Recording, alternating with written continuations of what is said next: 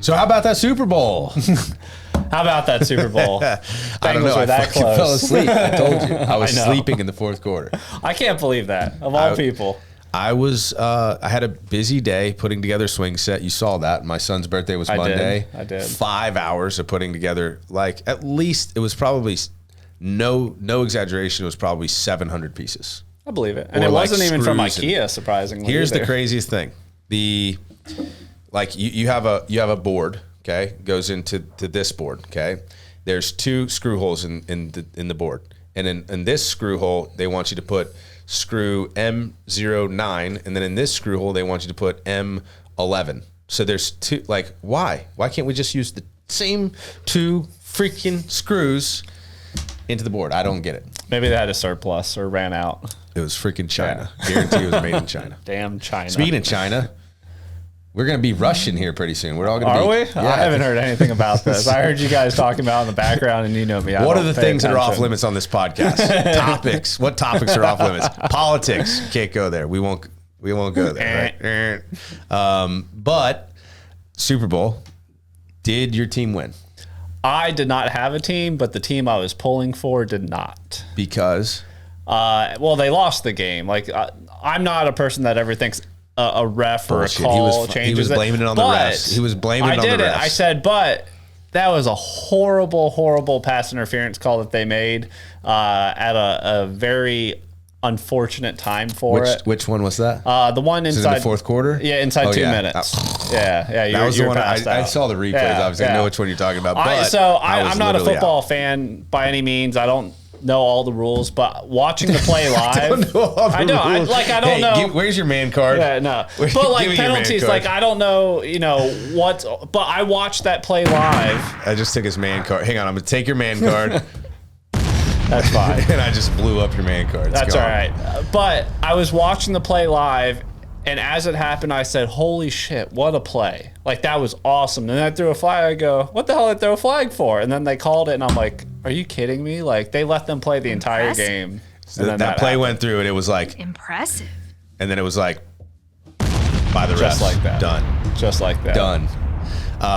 Although I didn't catch it live, I did watch the replay, and I agree it was a bad call. It didn't change the outcome of the game. For the record, I bet I won money, okay, on the Super Bowl. That's good. I bet the national anthem less than 1 minute less than 1 minute and like 47 seconds. Or actually, I bet the over. It was 1 minute 47 seconds. It was 1 minute 50 and a half seconds exactly. And I got insider information. I was about to ask about that. I got that was insider information that somebody that I know went to the Super Bowl and recorded the national anthem as 1 minute 50 and a half seconds, and that's pretty much exactly what it was. So I won some money on the national anthem. Yep.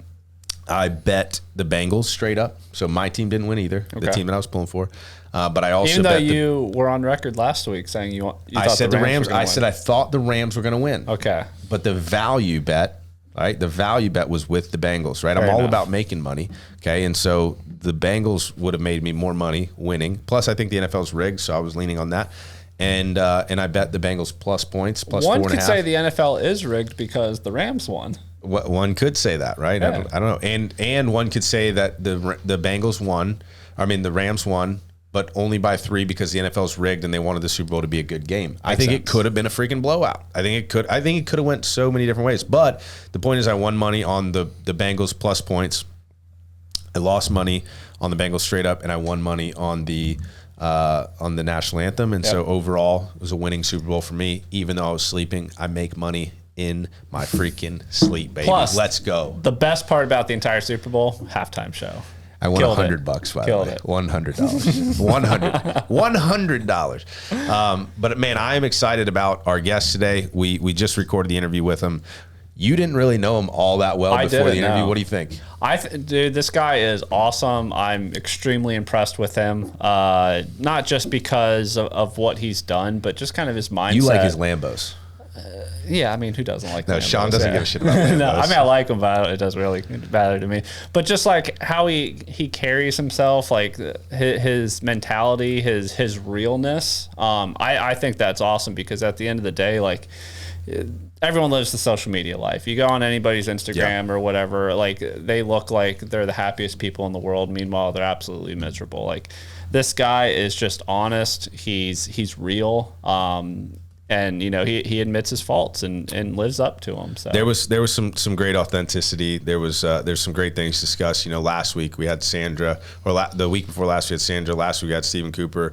The theme has been mindset. Everybody we've talked to, as soon as we stop talking about insurance, right, and start to get people in and just talk about life, you notice the common thread between everyone is that there's a very similar mindset. So our guest this week, and I'm super excited to announce Cody Kerns on the podcast with us. We just got done with the interview. I'm telling you, it is absolute bombs, right? I had a blast. He didn't bomb it. It was a bomb. No, it was absolute bombs being dropped. I had a blast, right? It was not bombed. It was great. I mean, I had a blast with him. They get you a different sound clip next time. I need more sounds.